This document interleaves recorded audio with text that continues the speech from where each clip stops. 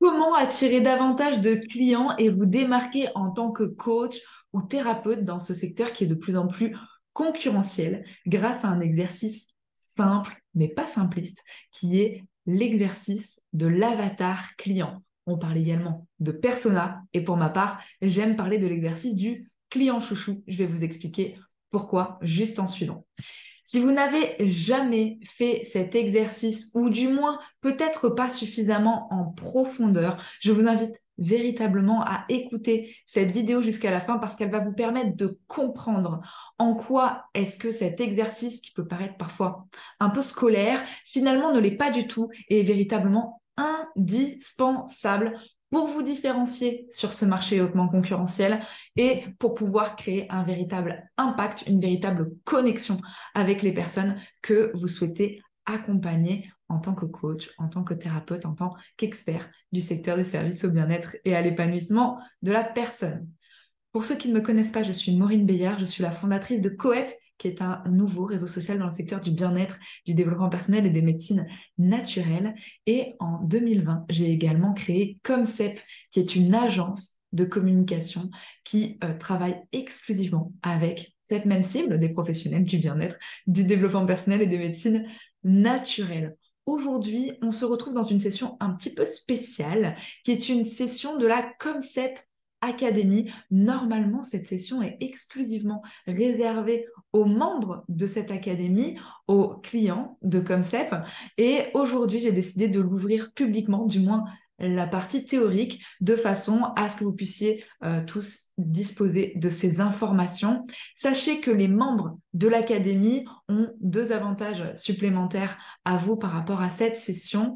D'une part, ils ont accès à une session comme celle-ci toutes les semaines avec moi-même ou bien avec mes confrères, avec mes collègues, mes collaborateurs de Comcep ou bien parfois même des intervenants externes, c'est-à-dire exclusivement des professionnels de la communication et du marketing qui sont là pour les aider à faire briller leur activité, à promouvoir leurs services et à développer leur clientèle. Donc, ils ont accès à une session comme celle-ci chaque semaine. D'autre part, après la partie théorique, donc, qui va être présentée dans cette vidéo, ils ont également une session de questions-réponses où on vient travailler au cas par cas selon leurs besoins.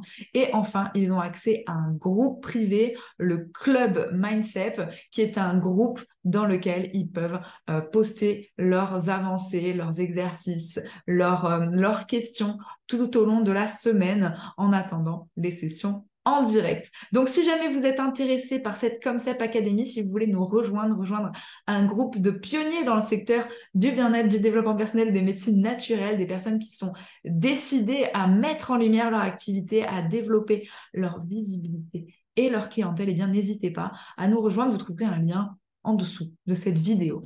Sans plus tarder, on passe à la session du jour qui concerne donc vos clients chouchous pour savoir qui est-ce que vous êtes en capacité de réellement accompagner.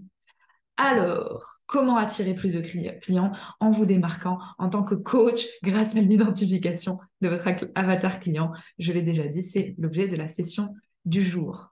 Tout d'abord, qu'est-ce qu'un client chouchou? Je vais essayer de me réduire ici.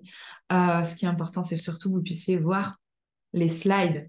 Donc, un client chouchou qui est aussi appelé avatar ou persona, eh bien, c'est tout simplement les personnes à qui vous vous adressez. Car vous le savez certainement, et si vous ne le savez pas, je vous invite à aller voir les vidéos qui sont en lien avec la zone de génie ou bien la proposition unique de valeur. Vous les trouverez également sur ma chaîne. Mais donc, vous le savez certainement, il est essentiel, primordial, indispensable quand on est coach ou thérapeute d'être vraiment précis sur ce qu'on propose et de ne pas chercher à proposer des services à tout le monde.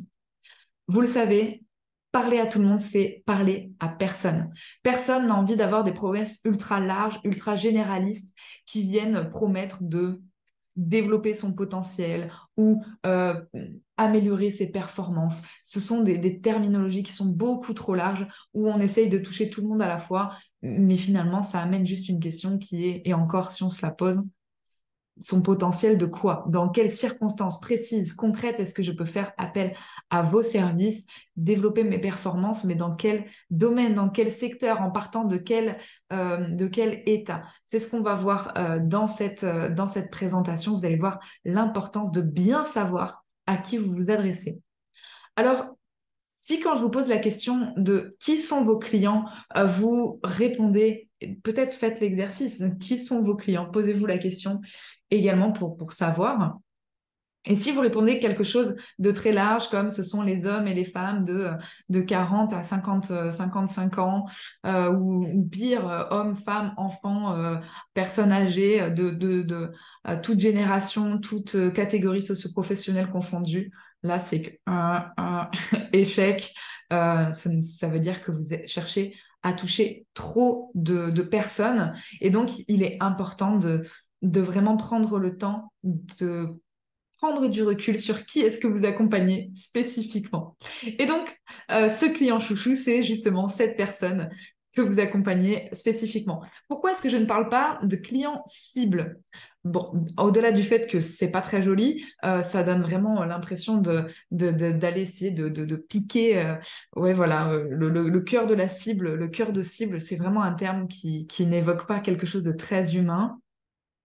Et en plus, on peut avoir tendance de mettre beaucoup de monde à cet endroit. Alors qu'un client chouchou, c'est un client chouchou. C'est pas 54, 63, c'est un seul client chouchou. L'avatar, ça fait un peu déshumanisé, c'est-à-dire qu'on imagine une mascotte un peu. Et donc, vous verrez que ça peut pas, enfin en tout cas, ça risque d'induire en erreur par rapport aux bénéfices qu'on peut trouver de cet exercice. Donc, je trouve que ce n'est pas le bon terme, persona également. Donc, moi, j'aime bien parler vraiment de client chouchou parce que c'est quelqu'un que vous aimez profondément. C'est quelqu'un que vous avez envie d'accompagner profondément. Et surtout dans les métiers de l'accompagnement, et surtout dans les métiers du bien-être et de l'humain, évidemment, eh bien, vous êtes là pour faire du bien à vos clients, pour les aider à résoudre leurs problèmes, ou bien pour les aider à aller mieux et à s'épanouir au quotidien. Donc, c'est quand même beaucoup plus humain de parler de clients chouchou. Alors, l'idée de cet exercice, eh bien, ça va vous permettre de créer le portrait de ce client chouchou pour savoir exactement à qui est-ce que vous parlez, quels sont les besoins de cette personne, quels sont ses désirs, quelles sont ses peurs, quelles sont ses idées préconçues et quel est son environnement au quotidien. Vous allez véritablement rentrer dans la peau de cette personne, vous immiscer dans son quotidien, vous mettre dans ses chaussures, en fait, regarder le monde avec ses yeux pour pouvoir vous intéresser et découvrir ce qu'il voit. Quels sont ses désirs? Quels sont ses objectifs? Qu'est-ce qu'il pense? Quel est son plus grand problème? Qu'est-ce qui le réveille la nuit finalement? Qu'est-ce qu'il entend? Que lui disent ses proches? Quel est le monologue interne qu'il se fait à l'intérieur de lui-même quand il pense à son problème et qu'il se raconte tout un tas de choses qui font que jusqu'à maintenant, il n'a pas trouvé de solution à son problème ou du moins pas celle qui lui correspond le mieux. On va vraiment aller rentrer dans ce monologue interne et partir. L'exercice que je propose dans mon programme en ligne, dans mon programme d'accompagnement, le Master Concept, c'est partir à la rencontre de ce client chouchou pour pouvoir vraiment se mettre à sa place, en fait, finalement. Pourquoi est-ce qu'on veut faire tout ça? À quoi ça sert finalement? Eh bien, ça va vous aider d'une part à trouver ou confirmer ce que j'appelle votre zone de génie. Donc, en marketing, on parle de proposition unique de valeur. Pour moi, la zone de génie, c'est la zone de compétence sur laquelle vous êtes en capacité d'accompagner vos clients et où vous avez vraiment les compétences pour pouvoir les aider sur la problématique qu'ils traversent. Donc, je parle de zone parce qu'on est sur quelque chose qui est assez pas large, c'est relativement précis, mais en tout cas, ce n'est pas la proposition unique de valeur. La proposition unique de valeur, c'est vraiment la phrase qui vient formuler la zone de génie. Pour ceux et celles je suis en train de parler totalement chinois, encore une fois, il y a différents contenus sur ma chaîne YouTube et sur le blog de Comcept qui vous donneront des informations gratuitement sur à quoi sert la zone de génie et comment la trouver surtout. En tout cas, l'exercice de l'avatar fait partie des exercices qui vont vous permettre d'éclaircir cette fameuse zone de génie. À quoi ça sert de faire l'exercice du client chouchou? Eh bien, ça va vous permettre de savoir à qui est-ce que vous parlez et qui est-ce que vous avez envie d'accompagner. Parce que non, contrairement à ce que beaucoup de personnes pensent dans le secteur du bien-être et du développement personnel, vous n'avez pas envie d'accompagner tout le monde. Et parfois, vous ne vous en rendez même pas compte. C'est-à-dire que vous pensez que vous voulez accompagner tout le monde, mais en fait, vous avez nécessairement des affinités. Et peut-être que les problématiques de François ou de Roger qui a des problèmes de conflit avec sa femme à la maison, eh bien, peut-être qu'en fait, c'est pas du tout quelque chose sur lequel qui vous intéresse, c'est pas du tout quelque chose sur lequel vous vous sentez apte à accompagner cette personne. Peut-être même déjà juste parce que vous ne la comprenez pas vraiment, vous n'arrivez pas à la rejoindre dans son modèle du monde, et donc ça va être a priori compliqué de l'aider. Donc c'est parfait, c'est génial. Il y a nécessairement des personnes comme ça où vous n'êtes pas en capacité de les accompagner, et c'est très bien comme ça, parce que d'autres personnes sont en capacité de le faire et ne peuvent pas accompagner vos propres clients. Alors, donc ça vous permet évidemment de venir vérifier la zone de génie donc, et les problématiques sur lesquelles vous pouvez accompagner vos clients. Ensuite, ça vous permet d'affiner, de préciser votre communication de façon à venir toucher émotionnellement votre prospect, de façon à lui donner envie d'acheter chez vous, car vous comprenez profondément ses besoins. C'est-à-dire que vous allez tellement adopter le bon vocabulaire, la bonne posture, les mots justes pour venir parler à cette personne, qu'elle va se sentir comprise. Elle va se sentir rejointe. Et à partir de là, elle peut éventuellement avoir l'ouverture d'écouter la solution que vous avez à lui proposer. Je vais vous donner des exemples très concrets parce que jusque-là, c'est peut-être encore un peu abstrait pour vous. Et il y a un exemple que j'adore utiliser, c'est celui du problème, d'une problématique très ciblée qui est celle de je veux arrêter le cannabis. Je veux arrêter le cannabis, on se dit bah, super, ou j'aide, je suis coach ou thérapeute ou peu importe, ou sophrologue ou hypnothérapeute, et ma proposition de valeur, comment ma niche en fait, ma zone de génie, c'est d'aider les gens à arrêter de fumer le cannabis. Et là, on se dit peut-être, bah, c'est super, c'est bien ciblé, c'est précis, mais pas suffisamment. À partir du moment où la personne n'a pas encore fait l'exercice du client chouchou, eh bien, elle va continuer à rester vague et floue. Pourquoi? Eh bien, parce qu'il y a différents types de personnes qui peuvent être amenées à vouloir arrêter le cannabis. J'ai pris ces trois exemples de portraits, je trouve qu'ils sont déjà assez parlants entre eux, mais je vais vous raconter un peu leur histoire. Ici, on a Charlotte. Charlotte, qui est une jeune artiste peintre qui fume le cannabis pour développer sa créativité parce qu'elle se sent beaucoup plus à l'aise de peindre et de mettre en couleur ses tableaux quand elle a fumé un pétard. Ok, Charlotte. Ici, on est face à Hector. Hector, qui est polytoxicomane, qui est à la rue, qui est SDF. Depuis plusieurs années, il a eu un drame familial terrible qui l'a progressivement amené à sortir de la société. Et donc, il fume le cannabis, entre autres, mais il boit également beaucoup d'alcool. Et quand il a l'occasion de pouvoir s'injecter d'autres drogues, eh bien, ça lui arrive également de le faire. Et ici, on a Quentin, ici derrière. Quentin qui, en fait, a tout juste 18 ans et qui est introverti, qui a énormément de mal à se faire des amis, qui n'est jamais invité au fait de ses camarades de classe et qui, pour la première fois de sa vie, va être invité à une soirée et un groupe de jeunes lui propose de fumer un pétard. Et là, il se rend compte qu'en fait, il se désinhibe totalement et il se met à danser avec des filles, il se met à rire et même les gens le trouvent drôle, c'est-à-dire qu'il commence à créer des connexions sociales. Et en fait, petit à petit, il sombre dans cette drogue et au départ, c'était quelque chose de récréatif, mais ça devient au fur et à mesure des mois et des années qui passent quelque chose de problématique. Voilà, donc on a trois personnes qui sont totalement différentes les unes des autres, qui ont le même problème, qui est le problème de consommation de cannabis. Du moins, ils veulent arrêter aujourd'hui. Ils peuvent être susceptibles de vouloir arrêter, mais on ne va pas du tout leur adresser les mêmes messages, en fait. On ne va pas leur parler de la même manière. Si jamais on cherchait à le faire et qu'on s'arrêtait là, sans prendre le temps de faire cet exercice du client chouchou, de partir à la rencontre de qui ils sont vraiment et profondément, eh bien, ça donnerait ça au niveau de notre communication. Si je vais décaler. Voilà. Ça donne les affiches qu'on retrouve à l'infirmerie du collège ou du lycée pour la prévention anti-cannabis. Et là, par exemple, on voit que cette campagne, on se dit, ah, c'est sympa, ils ont essayé de pousser un petit peu. La drogue, ça t'efface. Moi, je voudrais qu'on demande ensemble à Quentin si la drogue l'efface. Et j'ai pas l'impression, en fait. Au contraire, Quentin, c'est quelque chose qui lui a permis de rentrer en interaction sociale. Si on demande à Roger si la drogue l'efface, a priori, la réponse est oui, mais peut-être que Roger a qu'une seule envie, c'est justement d'être effacé. Et si on demande à Charlotte, eh bien, si la drogue l'efface, elle n'a pas nécessairement, ça lui parlera pas ce message en fait, parce que c'est pas ce qu'elle ressent. Ce qu'elle ressent, c'est que ça développe sa créativité au contraire. Donc là, on est sur une affiche. Échec, en tout cas pour les 3 personnes que je viens de prendre en exemple.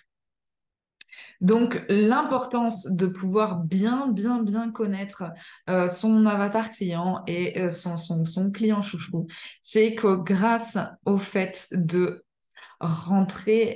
s'immiscer dans son quotidien, regarder le monde avec ses yeux, ressentir ses besoins, ses problèmes, ce qu'il ressent, en fait, c'est qu'on va pouvoir adapter notre communication à cette personne.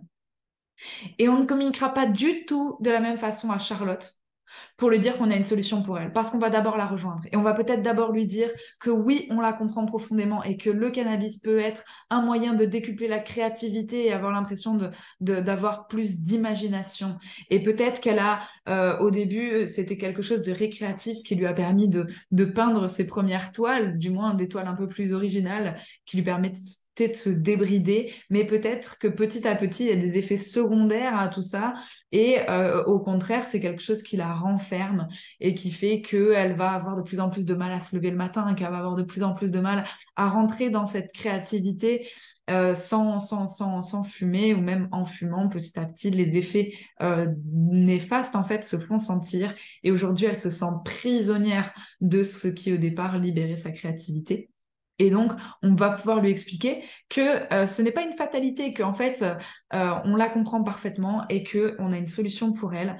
Une solution qui n'est pas juste arrêter le cannabis, mais bien peut-être trouver une alternative pour développer sa créativité et pour pouvoir ressentir cet état de flow qu'elle ressent lorsqu'elle fait des peintures.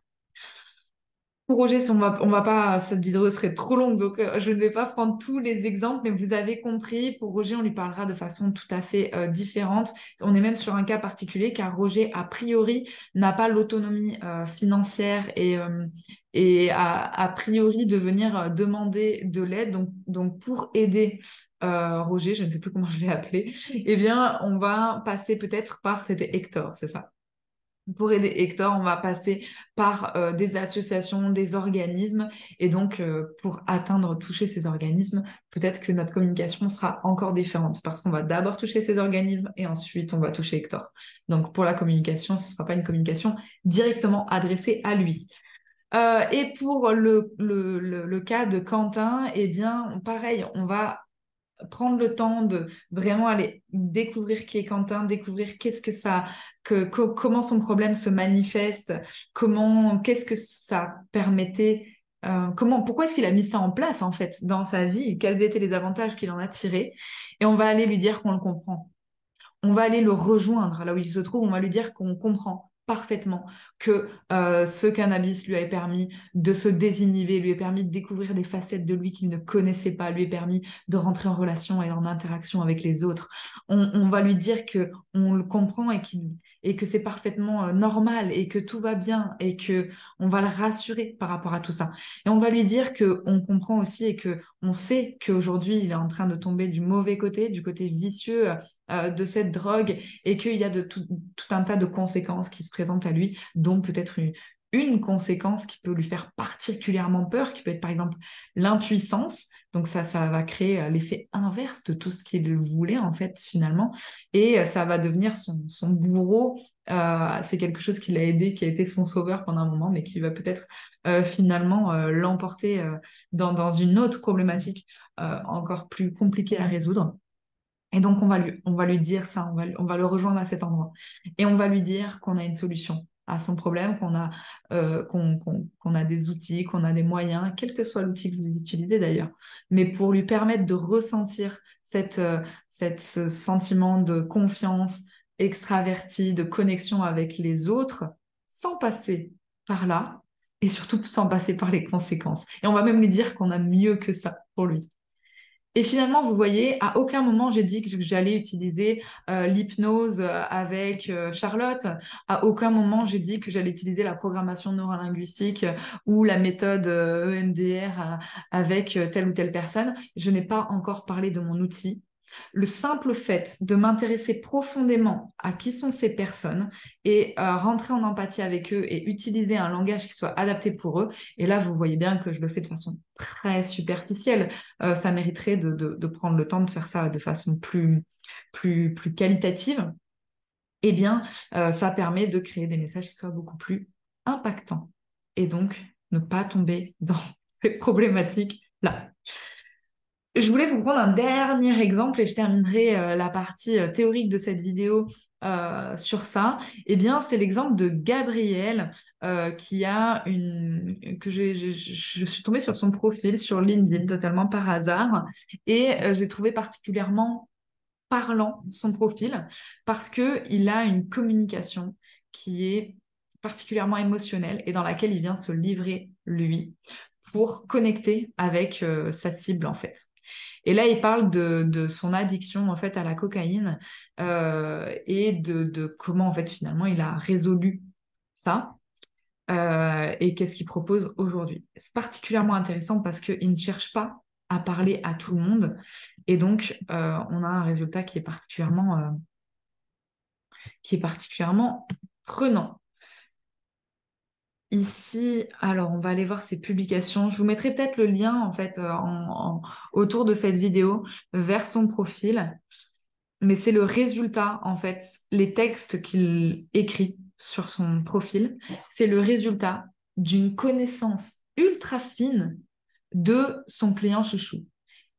Et en l'occurrence, c'est lui. C'est-à-dire que c'est parce qu'il l'a vécu qu'il est en capacité d'utiliser des mots qui sont autant prenants, autant justes. Et soit vous êtes dans le même cas de figure que Gabriel, et donc vous avez vécu la problématique il y a longtemps, attention, hein. Vous avez vécu il y a longtemps la problématique pour laquelle aujourd'hui vous êtes en capacité d'accompagner vos clients à la résoudre, d'une part parce que vous l'avez vraiment résolu pour vous, et d'autre part parce que vous avez peut-être essayé plusieurs choses, des choses qui n'ont pas fonctionné, d'autres qui ont fonctionné nécessairement à un moment donné, et vous vous êtes formé pour être en capacité d'accompagner ces personnes ensuite, par la suite, les amener d'un point A à un point A et point B que vous avez vécu. Donc ça, c'est le cas de figure numéro un. Votre client chouchou, c'est vous. Et ça ne veut pas dire qu'il ne faut pas faire l'exercice du client chouchou. Vraiment, prenez le temps de le faire parce que, donc, pour ceux qui font partie de la Comcept Academy, vous l'avez dans le Master Concept, c'est le chapitre 2 le module 2 du chapitre 1, pardon. Et pour ceux qui n'en font pas partie, eh bien, j'ai pas encore tourné de vidéo ou d'article à ce sujet, mais vous pourrez en trouver aussi sur Internet ou vous pouvez tout simplement faire appel à nous pour ça. En tout cas, prenez le temps de le faire de façon précise. Et le deuxième cas de figure, c'est que vous n'avez pas vécu le problème pour lequel vous accompagnez vos clients, mais vous allez faire cet exercice donc d'empathie avec le client chouchou et vous allez arriver finalement au même résultat. Donc, le résultat, c'est ça, c'est la capacité à créer des messages qui soient particulièrement pertinents. Ici, on va retourner sur le diaporama. On va aller cliquer ici. J'avais sauvegardé des publications à lui. Voilà. Je prends un gros risque sur LinkedIn en parlant de mon addiction à la cocaïne. À cause de cela, certaines de mes fréquentations vont s'éloigner de moi, mais d'autres me rejoindront sur le chemin. La raison, c'est que je vais parler d'un sujet personnel, pas du tout sexy, mais ô combien important à mes yeux aujourd'hui. J'ai été dépendant à la cocaïne pendant 6 ans. Et je compte partager avec vous ici une partie de cette histoire. Non pas que je meure d'envie d'étaler un bout de ma vie privée en public, mais parce que mon parcours m'a permis un tas de trucs. Et si mon témoignage peut être utile, ne serait-ce qu'à une personne, alors j'aurai le sentiment que ça aura servi à quelque chose. La dépendance à une drogue dure, ce n'est pas simple. Ce n'est pas simplement l'acte d'en consommer. C'est une période d'autodestruction. Là, on commence à rentrer, voilà. Là, il commence à parler un peu plus en profondeur de qu'est-ce qui se passe à l'intérieur. C'est une période d'autodestruction, de détresse, d'angoisse, de vide et de solitude, puis un parcours de résilience pleine de vie et d'espoir pour se transformer à tout jamais si on arrive à s'en sortir comme je l'ai fait. C'est un sujet difficile à aborder. Il y a la peur du jugement, puis celle du regard des autres et d'autres questions plus pragmatiques. Vais-je toujours réussir à attirer des clients en m'ouvrant à cœur sur un sujet si sensible? Vais-je supporter d'éventuelles critiques? Bref, là, donc, il fait son premier coming out qui a été plutôt bien reçu sur LinkedIn. Ça porte enfin, la visibilité de ses posts a littéralement explosé. Ça a encore augmenté depuis les quelques jours où je suis passée pour que j'ai vu cette publication et je ne doute pas que ça va continuer à grandir. Pourquoi? Parce qu'il est authentique, parce qu'il vient toucher, il a un langage émotionnel. Là, il est en train de parler son histoire, mais il pourrait très bien parler de quelqu'un d'autre. C'est la capacité à créer cette connexion émotionnelle parce qu'il ne cherche pas à parler à tout le monde. En attendant, n'hésitez pas à liker cette vidéo si elle a été utile pour vous. Pour moi, ça m'aide vraiment, véritablement. N'hésitez pas également à vous abonner à cette chaîne si vous voulez recevoir davantage de conseils en communication et en marketing si vous travaillez dans le secteur des services au bien-être et à l'épanouissement de la personne. Je me ferai également un plaisir de répondre à vos commentaires. Et soyez peut-être attentifs dans les heures qui viennent, les jours qui viennent, aux publications que vous croisez sur les réseaux sociaux et demandez-vous celles qui vous font arrêter de scroller et celles qui vous touchent émotionnellement. Demandez-vous pourquoi est-ce qu'elles vous ont fait arrêter de scroller, qu'est-ce qui a fonctionné. Et vous verrez qu'en fait, très souvent, c'est parce qu'il y a une connexion émotionnelle qui a été faite, parce que la personne a travaillé eh bien, son discours et elle n'est pas en train d'essayer de parler à tout le monde, elle est en train de vous parler spécifiquement à vous, parce que c'est vous. Alors, à vos marques préparées, trouvez, si vous faites partie de la Concept Academy, foncez faire l'exercice du client chouchou. Et si jamais vous ne faites pas encore partie de la Concept Academy, eh bien, foncez pour prendre un rendez-vous découverte avec moi ou avec un membre de mon équipe pour nous rejoindre et donner du peps à votre communication. Je vous dis à très bientôt. C'était Maureen. Prenez soin de vous. Ciao.